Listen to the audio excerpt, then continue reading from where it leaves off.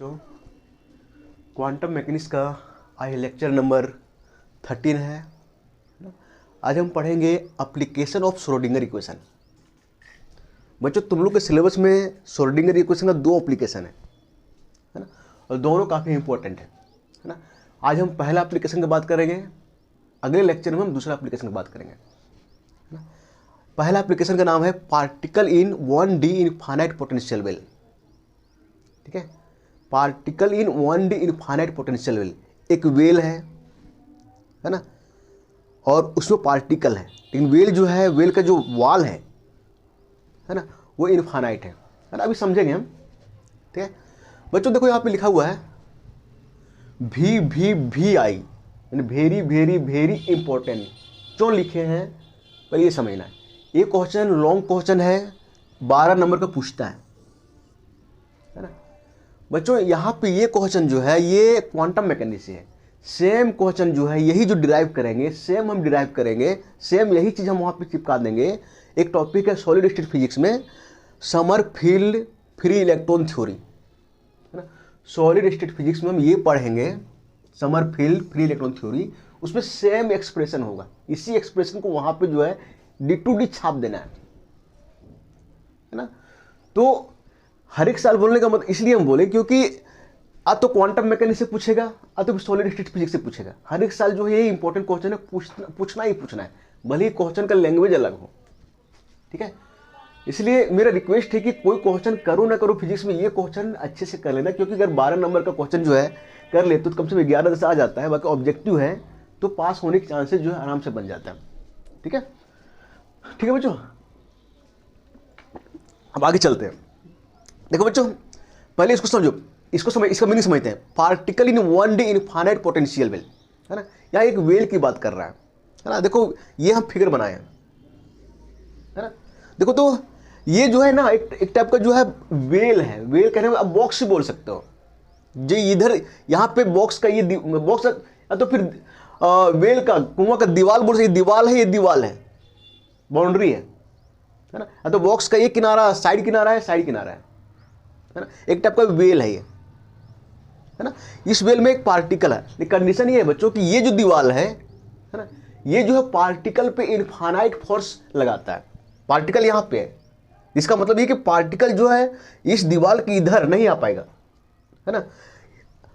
जो ये दीवार है इधर का, ये भी जो इनफाइनाइट फोर्स लगाता है। तो इसका मतलब ये कि पार्टिकल जो है इधर भी नहीं रहेगा, इधर भी नहीं पाया जाएगा है ना।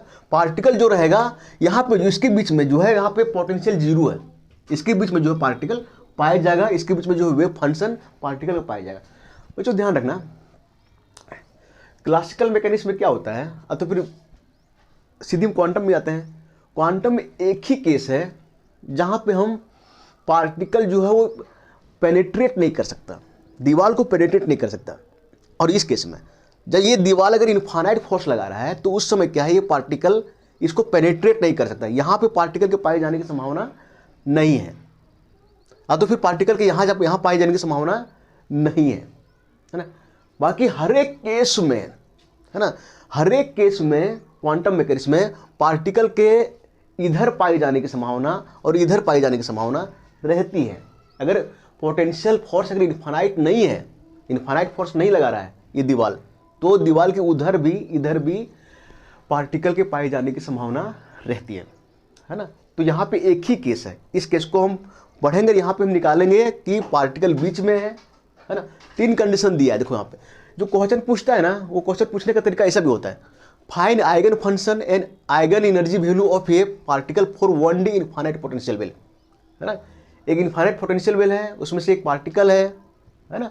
तो इसका हमको निकालना है आइगन फंक्शन और एनर्जी आइगन वैल्यू। क्वेश्चन का तरीका ये हो सकता है। तो कभी कभी ऐसे पूछ देता है, गिवन दैट V बराबर इन्फिनिटी, पोटेंशियल जो इन्फिनिटी है x लेस देन 0, 0 के इधर जो है वो पोटेंशियल इन्फिनिटी है। ठीक है, V बराबर 0, x जो है वो 0 से ये के बीच में लाई कर रहा है, मतलब V बराबर यहाँ पे 0 है, पोटेंशियल 0, यहाँ पे फोर्स जो यहाँ पे 0 लग रहा है पार्टिकल पे है ना। कहाँ से कहाँ तक, 0 से ये तक। V बराबर इन्फिनिटी, x ग्रेटर देन ये, अगर x ये से ज़्यादा है इधर, तो जो फोर्स लगेगा पार्टिकल पे वो इनफाइनाइट लगेगा। पोटेंशियल बोलने का मतलब फोर्स है ना, क्योंकि V और F का रिलेशन होता है ना। तो फिर पूछ देते हैं fine energy function, fine eigen function and energy eigen value, है ना। क्वेश्चन का पैटर्न ये भी होता है, ठीक है बच्चों। तो फिर से समझा देते बच्चों, क्या करना है, क्या है, एक वेल है, तो बोल सकते हो बॉक्स है ना, तो यही बोल सकते हो कि कोई मतलब कहने का मतलब हम यहाँ पे खड़े हैं, है ना, मेरे आगे दीवार है, पीछे दीवार है ना।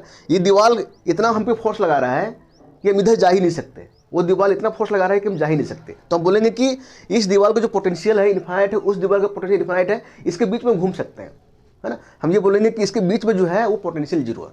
तो ये कंडीशन दिया रहता है, ठीक है। और इस कंडीशन को यूज करके हम क्या करेंगे, एनर्जी आइगन फंक्शन निकालेंगे, है ना, और आइगन फंक्शन निकालेंगे, एनर्जी आइगन वैल्यू निकालेंगे और आइगन फंक्शन निकालेंगे, ठीक है। लंबा क्वेश्चन है, ठीक है, हम आराम से चलेंगे, ठीक है। क्वेश्चन जो है यही पूछ देता है, समर व्हाट इज मतलब derive summer field free electron theory, ठीक है। तो उसमें भी यही लिख के आना, ठीक है। बहुत आराम से हम लोग चलेंगे, ठीक है। अब देखो तो ये एप्लीकेशन है ना श्रोडिंगर इक्वेशन का, तो हम श्रोडिंगर इक्वेशन को यूज इसमें करेंगे। और श्रोडिंगर इक्वेशन होता क्या है, थोड़ा रिकॉल करो, पीछे जाओ। श्रोडिंगर इक्वेशन ये होता है वन डायमेंशन के लिए डी स्क्वायर साई बटे D x square plus 2m बटे H cut square E minus भी साई बराबर 0 ना। बच्चों हम क्या करने वाले हैं, ये जो देखो ये जो इक्वेशन है यहाँ पे 3 रीजन है, 1 2 3, है ना। इस इक्वेशन का यूज हम यहाँ पे करने वाले हैं, इस बीच में 1 2 3 रीजन है, इधर इनफाइनाइट पोटेंशियल है, इधर इनफाइनाइट पोटेंशियल, यहाँ पे 0 है। तो इस इक्वेशन को यूज करेंगे हम यहाँ पे, ठीक है। तो यहाँ पे भी 0 तो यहाँ पे भी 0 पुट कर देंगे, इसके बाद हम सोल्यूशन निकालेंगे, ठीक है। कुछ चीजें जो हम मान के चलेंगे कि जो है वो पार्टिकल जो है इसमें पेनिट्रेट नहीं कर सकता, ये हार्ड है, कुछ चीजें हम मान के चलेंगे, ठीक है। तो क्या लिख के आओगे, नहीं लिख के आओगे, कैसे लिख के आओगे, जैसा हम यहाँ पे लिखेंगे वैसे एग्जाम में लिख के आना है, ठीक है। हम अभी इसके बाद लिखते हैं, ठीक है। चलो बच्चों लिखना यहाँ शुरू करोगे। सबसे पहले लिखोगे इन क्वांटम मैकेनिक्स, ये वेल मीन्स ये region of space in which particle experience no force that is potential energy is 0 and infinite outside the potential region. इसका बोलने का मतलब ये बच्चों की क्वांटम मैकेनिक्स में एक वेल का मतलब है कि एक रीजन, ए रीजन जिसके अंदर पार्टिकल कोई फोर्स अनुभव नहीं करता है, और इस रीजन के बाहर जो है वो इनफाइनाइट फोर्स का अनुभव करता है, मतलब इनफाइनाइट पोटेंशियल एनर्जी उसके पास। One dimensional means particle is allowed to move only one direction से अलोंग एक्स एक्सिस, है ना। वन डायमेंशन का मतलब क्या है, वन डायमेंशन, है ना, पार्टिकल सिर्फ इधर मूव करेगा, और इसको मान लेते हैं एक्स एक्सिस, क्या मानते हैं एक्स एक्सिस, है ना। बच्चों ये फिगर ऐसे दिखा दोगे, ये बॉक्स है ना। अब बॉक्स में ध्यान रखोगे यहाँ पे v बराबर 0, यहाँ पे पोटेंशियल 0 है, v इनफाइनाइट है, इधर v इनफाइनाइट है, 3 रीजन है 1 2 3। ये जो लंबाई है x बराबर 0 से लेके x बराबर ये, मतलब इसकी लंबाई जो है ये है ना। ऐसे भी दिखा दोगे vx बराबर इन्फिनिटी, x अगर लेस देन 0 है, 0 x अगर 0 और ये के बीच में है, इनफाइनाइट x अगर ग्रेटर देन ये है इधर, है ना। तो ऐसे करके दिखा दोगे, ठीक है। आगे क्या लिखोगे बच्चों, कंसीडर ये पार्टिकल ऑफ मास m, यहाँ पे ये पार्टिकल डॉट लिए दो, डॉट, ये पार्टिकल है, एक पार्टिकल मानते हैं जिसका मास m है, confined to move in 1D box of length a, ये मूव करेगा एक 1 डायमेंशनल बॉक्स में, है ना, जिसकी लेंथ ये है, along x axis under following condition, कुछ कंडीशन है इसके तहत जो है ये मूव करेगा, आगे पीछे होगा, है ना। ये मानते हैं पहला condition, the walls of the well are rigid and perfectly elastic, ये मान के चलते हैं कि जो वॉल है, दीवार है ना, वो रिजिड है और परफेक्टली इलास्टिक है। दूसरा, the walls of the well are not penetrable, जो वॉल है वो पेनिट्रेबल नहीं है, मतलब ये पार्टिकल जो छेद करके आगे नहीं जा सकता, है ना। क्यों नहीं जा सकता, क्योंकि इधर से इनफाइनाइट फोर्स का अनुभव, इनफाइनाइट फोर्स लगाएगा ये दीवार, ठीक है।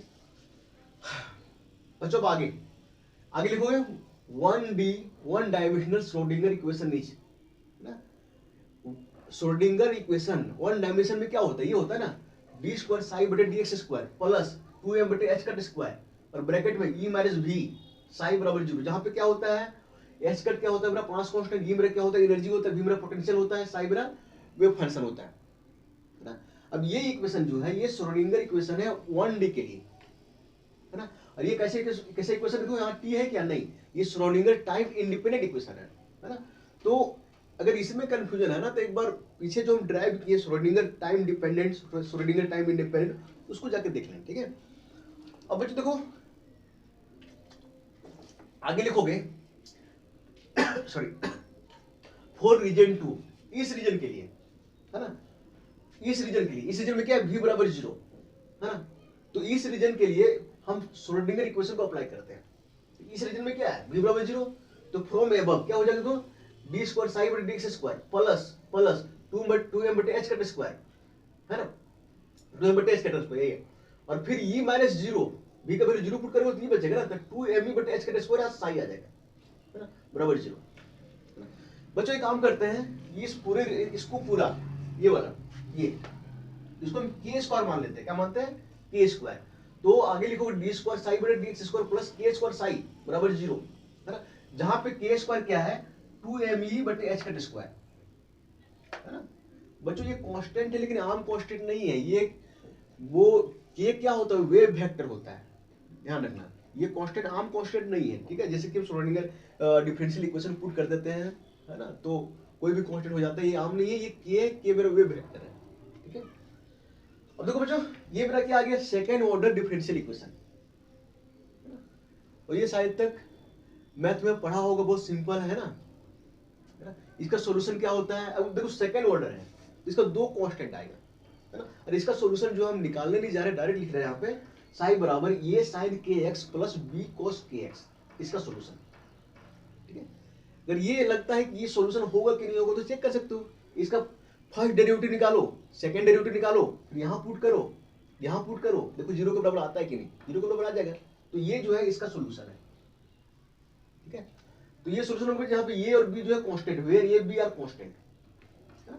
अब देखो बच्चों इक्वेशन 1 ये माने, ध्यान रखना इक्वेशन 1 ये है क्योंकि आगे हम इसका उपयोग करने वाले हैं, जहाँ पे के स्क्वायर बराबर क्या है 2me बटे h का स्क्वायर, ठीक है। अब हम क्या करेंगे आगे, देखो ये जो है ये साई जो है ना, साई क्या है वेव फंक्शन है किसका पार्टिकल का, तो पार्टिकल जो देखो यहाँ पे x बराबर 0 पे यहाँ पे जो वेव फंक्शन 0 होगा और ए पर वेव फंक्शन 0 होगा, पार्टिकल यहाँ पे एग्जिस्ट नहीं करेगा, यहाँ पे एग्जिस्ट नहीं करेगा, क्यों नहीं करेगा, क्योंकि इनफाइनाइट क्वांटम मैकेनिज्म में एक ही कंडीशन है, जब इनफाइनाइट पोटेंशियल हो तब पार्टिकल जो है तब पार्टिकल दूसरे रीजन में जा नहीं सकता। यहाँ पे इनफाइनाइट पोटेंशियल, यहाँ पे इनफाइनाइट पोटेंशियल है, तो पार्टिकल जो है इस रीजन में जा नहीं सकता।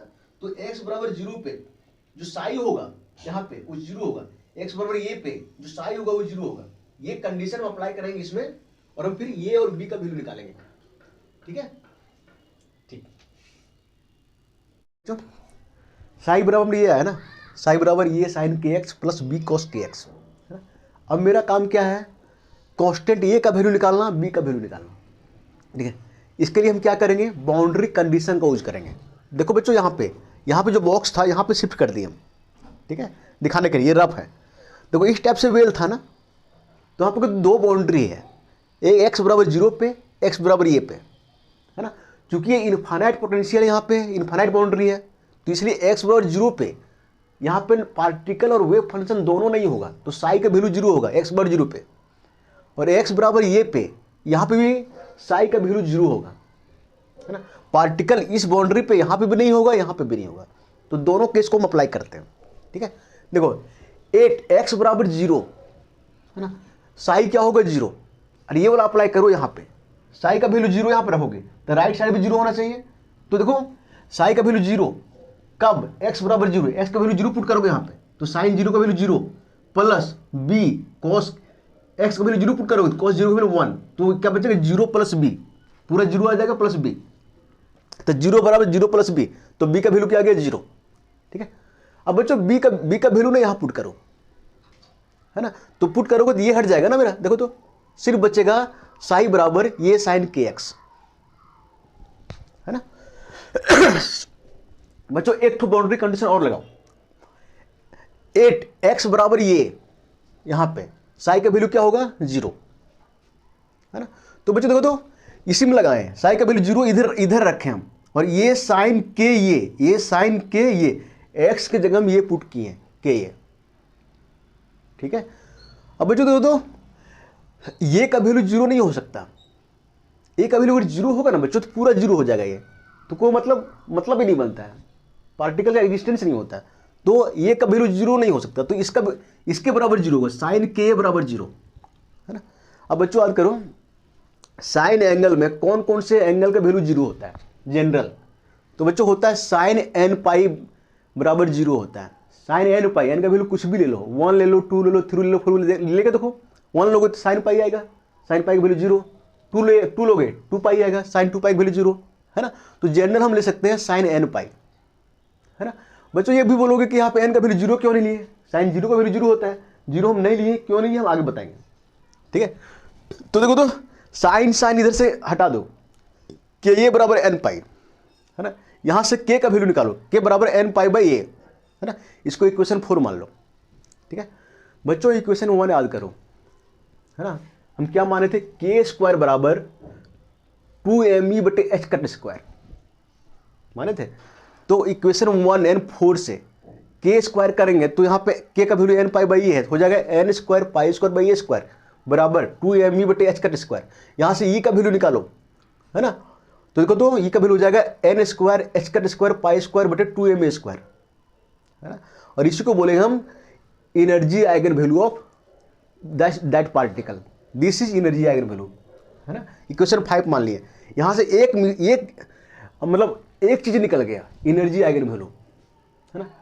अब हमें निकालना है उस पार्टिकल का वेव फंक्शन क्या होगा, आइगन फंक्शन क्या होगा, ठीक है। तो बच्चों यहां तक निकालने में हम कामयाब हुए, ठीक है। अब आइगन फंक्शन निकालेंगे।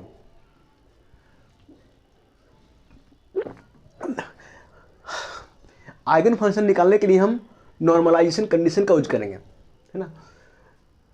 एनर्जी आइगन फंक्शन, और ये कहां से निकालेंगे, ये लेंगे साई बराबर ये साइन के एक्स, है ना, अकॉर्डिंग टू नॉर्मलाइजेशन कंडीशन।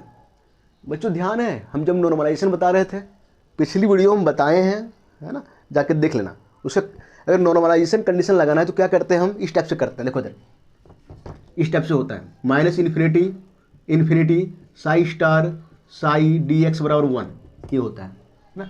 बच्चों साई बराबर देखो ये साइन के एक्स है, साई स्टार करोगे मतलब कंजुगेट लोगे तो यही रहेगा, ये साइन के एक्स रहेगा, है ना, डी एक्स। देखो यहाँ पे ये कंडीशन होता है, और यहाँ पे दो बच्चों लिमिट होता है माइनस इन्फिनिटी से इन्फिनिटी, लेकिन यहाँ पे 0 से ये लिए हैं, 0 से इसलिए लिए क्योंकि पार्टिकल जो है 0 से ए के बीच में ही रहेगा, है ना। ये के नीचे पीछे माइनस इन्फिनाइट में पार्टिकल मेरा एग्जिस्ट नहीं करेगा, ए के बाद पार्टिकल मेरा एग्जिस्ट नहीं करेगा। तो ए 0 के पीछे और ए के आगे साई का वैल्यू क्या होगा, 0 होगा, है ना। इसलिए हम यहाँ पे लिमिट लिए हैं 0 से ये Sai star Sai D x बराबर 1, साई स्टार ये साइन के एक्स, फिर साई ये साइन के एक्स हो जाएगा ए स्क्वायर साइन स्क्वायर के एक्स बराबर 1, ठीक है। अब बच्चों 0 से ये लिमिट है, इसको सॉल्व करोगे ना, 0 से ये साइन स्क्वायर के एक्स तो आएगा ये स्क्वायर, इसका वैल्यू आता है ए बाई 2, है ना। यहाँ पे हम सॉल्व नहीं कर रहे हैं, सॉल्व करके देख लोगे, अगर दिक्कत होगा तो पूछ लोगे ना अलग से, बराबर 1। अब देखो बच्चों यहाँ से ये निकालोगे तो आ जाएगा, इसको इधर करोगे 2 आ जाएगा, बाई ए आ जाएगा, रूट अंडर 2 बाई ए, है ना। ये का वैल्यू अब यहाँ पुट कर दो, है ना, तो क्या आएगा साई एक्स बराबर रूट 2 बाई ए साइन, और बच्चों देखो यहाँ पे के है ना, के का वैल्यू यहाँ से पुट कर दो एन पाई एक्स बाई ए, है ना। तो ये हो गया eigen function of the particle, ठीक है। तो दो चीजें हमें निकालना था, एनर्जी निकालना था, आइगन फंक्शन निकालना था। एनर्जी इतना आ गया, आइगन फंक्शन आ गया root 2 by a sine n pi x by ए, है ना। बच्चों यहाँ पे देखो हम छोटा करके लिखे हैं क्योंकि यहाँ पे जगह कम है, जब पेज में लिखोगे नहीं तो बड़ा पूरा एक पेज लोगे, है ना। यहाँ पे जगह कम है इसलिए हम कॉलम करके लिखे हैं, ठीक है। लेकिन पेज में जब लिखोगे तो इसको एक पेज लोगे, इसको एक पेज लोगे, इसको भी आगे वाला पेज लोगे, ठीक है। अब बच्चों ये सोच रहे होगा कि चलो यहीं तक निकालना है ना। बच्चों इतना लिखोगे ना तो हमको लगता है कि 9 नंबर 10 नंबर देगा, हाँ। अगर हमको 12 नंबर गेन करना है तो कुछ और लिखना पड़ेगा, ठीक है। क्या लिखना पड़ेगा वो दिखाते हैं, ठीक है। बच्चों आगे क्या लिखोगे, आगे फ्रॉम एबव एनर्जी का वैल्यू क्या निकाले थे, N square H cut square pi square बटे 2m स्क्वायर, है ना।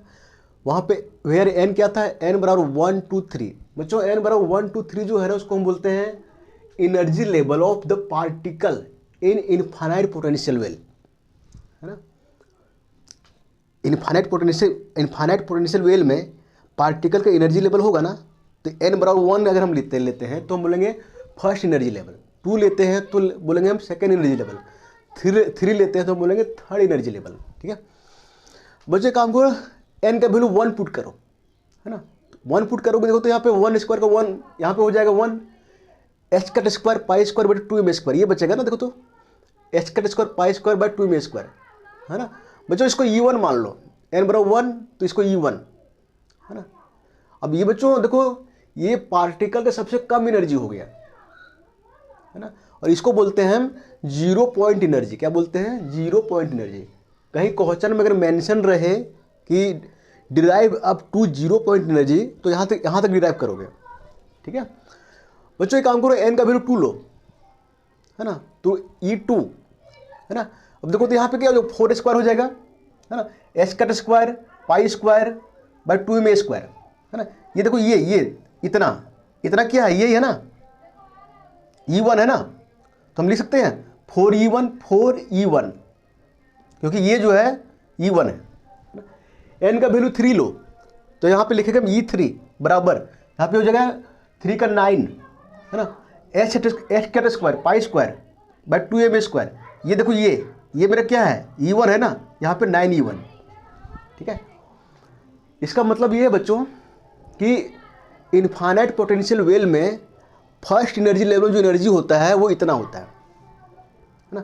सेकेंड एनर्जी लेवल जो एनर्जी होता है वो फर्स्ट एनर्जी लेवल का 4 गुना होता है, और थर्ड एनर्जी लेवल में जो एनर्जी होता है वो फर्स्ट एनर्जी लेवल का 9 टाइम्स होता है, 9 गुना होता है ना। अब आगे क्या करोगे, एनर्जी लेवल डायग्राम ड्रॉ करोगे इस टाइप से, एन बराबर 1, देखो तो एन बराबर 1 एनर्जी E1, इसको हम बोलेंगे 0 पॉइंट एनर्जी। एन बराबर 2 कितना एनर्जी देखो तो 4E1, एन बराबर 3 कितना एनर्जी देखो तो 9E1, है ना। तो एनर्जी लेवल डायग्राम हो गए। देखो तो यहाँ पे स्पेस कम है, यहाँ पे ज़्यादा है, क्योंकि यहाँ 4E1 है, यहाँ पे 9E1 है, आगे और भी आएगा, हम 3 तक लिए हैं, 4 5 6 7 10 कुछ भी आ सकता है ना। इतना दिखा दोगे काफ़ी, ठीक है। बच्चों इसमें एक टॉपिक और जोड़ सकता है what is nodes and anti nodes, ठीक है। तो हम पहले कंफर्म कर देना चाहते हैं, अगर ये क्वेश्चन में आ गया कि derive the expression of energy eigen function, है ना, energy eigen value and 0 point energy of A particle in ये इनफाइनाइट पोटेंशियल वेल, तो यहाँ तक लिख दोगे, यहाँ तक दिखा दोगे। अगर उसमें से जोड़ दिया also describe nodes and anti nodes, तो फिर आगे हम क्या लिखेंगे वो देखो, ठीक है। जब पूछेगा तभी ये लिखना है, ठीक है। आगे अब ये हम कॉलम बनाए हैं तो कॉलम यहाँ पे बनाए हैं क्योंकि यहाँ जगह छोटा है, पूरा पेज लोगे वहाँ पे, ठीक है। बच्चों तो nodes and position of nodes, है ना। नोड्स क्या होता है बच्चों, हम 12th में पढ़े थे, वो पॉइंट जहाँ पे वेव फंक्शन 0 हो जाए, that point is known nodes. देखो यहाँ पे within the box there are certain points at which psi x बराबर 0, such points are called nodes. Box के अंदर कुछ पॉइंट होते हैं जहाँ पे साई एक्स जो है 0 हो जाता है, मतलब वहाँ पे पार्टिकल को पाए जाने की संभावना जो है बहुत कम होती है ना। उस पॉइंट को बोलते हैं हम नोड्स, है ना। अब कौन कौन से पॉइंट पे साई एक्स का वैल्यू 0 होगा, है ना, उसको हम निकालते हैं। देखो साई एक्स बराबर 0, साई एक्स का वैल्यू हम निकाल चुके थे, ये √2a sine n pi x by a बराबर 0, ठीक है बच्चों, ये निकाले थे ना। अब देखो तो यहाँ देखो √2a उधर जाके 0 हो जाएगा, sine n pi x by a बराबर 0, है ना। अब इसके जो हम क्या लिख सकते, देखो तो यहाँ पे हम एक लिए थे पहले, साइन n पाई बराबर 0 लिए थे ना, यहाँ पे हम कुछ और लेंगे, n हम ले चुके हैं, यहाँ पे लेंगे हम साइन p पाई ले लिए यहाँ पे, है ना। p का वैल्यू जहाँ पे 0 1 2 3 कुछ भी हो सकता है। साइन p का वैल्यू 0 रखो, साइन 0 1 0 का वैल्यू 0, साइन का वैल्यू p का वैल्यू 1 रखो, साइन पाई का वैल्यू 0, p का वैल्यू 2 रखो, साइन 2 पाई का 0। अब बच्चों वहाँ पे n का वैल्यू हम 0 नहीं लिए थे, लेकिन यहाँ पे क्या है, p का वैल्यू हम 0 से लेके चल रहे हैं, है ना, थोड़ा ध्यान रखना। तो अब देखो, तो यहाँ पे ये n जो है, ये n दिखा रहा है एनर्जी लेवल। n बराबर 1 तो 1 तो फर्स्ट एनर्जी लेवल, 2 तो सेकेंड एनर्जी लेवल। तो देखो साइन साइन कट जाएगा, तो क्या बचेगा, n pi x by a बराबर p पाई, है ना। अब देखो तो भाई बच्चों यहाँ से x निकालो, पाई पाई कट जाएगा, तो एन एक्स बाई ए बराबर p, तो x बराबर हो जाएगा p ए बटे n, है ना। अब बच्चों आगे एक काम करो, p का वैल्यू जो है 0 1 2 पुट करो, p का वैल्यू 0 पुट करो तो 0 आ जाएगा, देखो तो 1 पुट करो तो a बटे n आ जाएगा, है ना। और फिर 2 पुट करो तो 2a बटे n आ जाएगा, है ना। ये तो x के इस वैल्यू पे जो वेव फंक्शन होगा, जो ये होगा 0 होगा। अब यहाँ पे देखो तो n का वैल्यू भी लेना पड़ेगा ना, ये तो n क्या है, एनर्जी लेवल है। मान लेते हैं हम n बराबर 1 में लेते हैं, एनर्जी लेवल 1 में n बराबर 1, तो क्या हो जाएगा, x बराबर 0 a बटे 1, ये 2a बटे 1 2a, है ना। तो हम दो ही वैल्यू लिए, 0a और n बराबर 2 में, है ना। n बराबर 2 में यहाँ पे 0 आ जाएगा, a बटे 2 आ जाएगा, और फिर यहाँ पे 2a बटे 2 आ जाएगा, तो यहाँ पे 2 2 कट जाएगा, सिर्फ ये बचेगा। तो बच्चों इसका मतलब ये है कि x एनर्जी लेवल 1 में, है ना, x बराबर 0 और ये पे जो वेव फंक्शन होगा वो 0 होगा। n बराबर 2 में x बराबर जो है ये बाई 2 ये पे जो वेव फंक्शन होगा, एनर्जी आइगन फंक्शन होगा, वो 0 होगा। हम वो ग्राफ से दिखाएंगे, है ना। n बराबर 1 कहने मतलब ये लेवल, n बराबर 2 कहने मतलब ये लेवल, n बराबर 3 कहने मतलब ये लेवल, ठीक है। तो इसको हम ग्राफ से दिखाएंगे। बच्चों पूछ दिया पोजीशन ऑफ एंटीनोड्स, एंटीनोड्स क्या होता है, पोजीशन ऑफ एंटीनोड्स, है ना। तो देखो within the box there are certain points where psi x बराबर max, such points are called antinodes. Box के अंदर ना कुछ पॉइंट होते हैं जहाँ पे जो आइगन फंक्शन होते हैं, साई एक्स जो होता है वो मैक्सिमम होता है, सबसे अधिक होता है ना, उस पॉइंट को बोलते हैं हम एंटीनोड्स, है ना। देखो बच्चों इस कंडीशन क्या है, साई एक्स बराबर मैक्सिमम, है ना।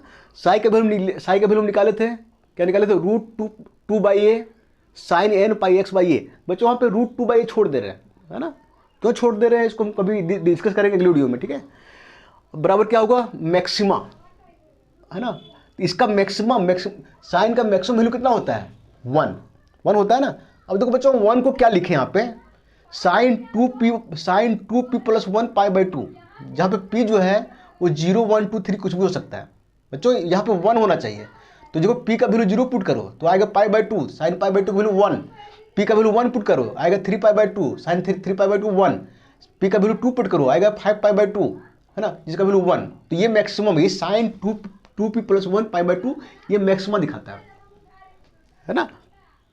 अब देखो बच्चों साइन साइन हटा दो तो क्या आएगा, n pi x by a बराबर 2p प्लस 1 पाई बाई 2, ये आएगा ना। यहाँ से s का वैल्यू निकालो, x बराबर क्या आ जाएगा, 2p प्लस 1, इधर काट पुट करो, a बटे 2n ये आ जाएगा, है ना। अब बच्चों p का वैल्यू जो है 0 पुट करो, 1 पुट करो, 2 पुट करो, 0 पुट करोगे तो क्या आएगा, ये बाई 2n, है ना। 1 पुट करो कितना आएगा, 3a बाई 2n, और फिर 2 पुट करो कितना आएगा, 5a बाई 2n, x बराबर, है ना। अब बच्चों को ये पता करना है कि एनर्जी लेवल 1 में कहाँ पे जो है वो साई मैक्सिमम होगा। तो फॉर n बराबर 1, है ना, n बराबर 1 पुट करो तो a बाई 2 एक ही लेके चल रहा है, ठीक है, एक ही, और भी ले सकते हैं लेकिन ज़्यादा होच होगा।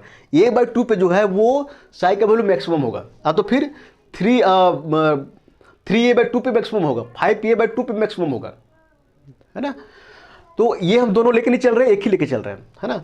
अब देखो तो n बराबर 2 पे कहाँ पे जो साई का वैल्यू मैक्सिमम होगा, n बराबर 2 पुट करो तो हो जाएगा a बाई 4, है ना, a बाई 4, और फिर 3a by 2 into 2 4, 3a by 4, आगे होगा 5a बाई 4, यहाँ पे क्या होगा, साई का वैल्यू जो है मैक्सिमम होगा, ठीक है बच्चों। तो बच्चों ध्यान करो, एक पॉइंट यहाँ पे लिखे हैं पहले से, जब नोट्स निकाल रहे थे, नोट्स में n बराबर 1 ले रहे थे तो x बराबर 0 ये यहाँ पे जो है वो साई का वैल्यू 0 हो रहा था। और एंटी नोड्स में क्या है, x बराबर a बाई 2, n बराबर 1 में यहाँ पे मैक्सिमा हो रहा है, साई का वैल्यू मैक्सिमा हो रहा है।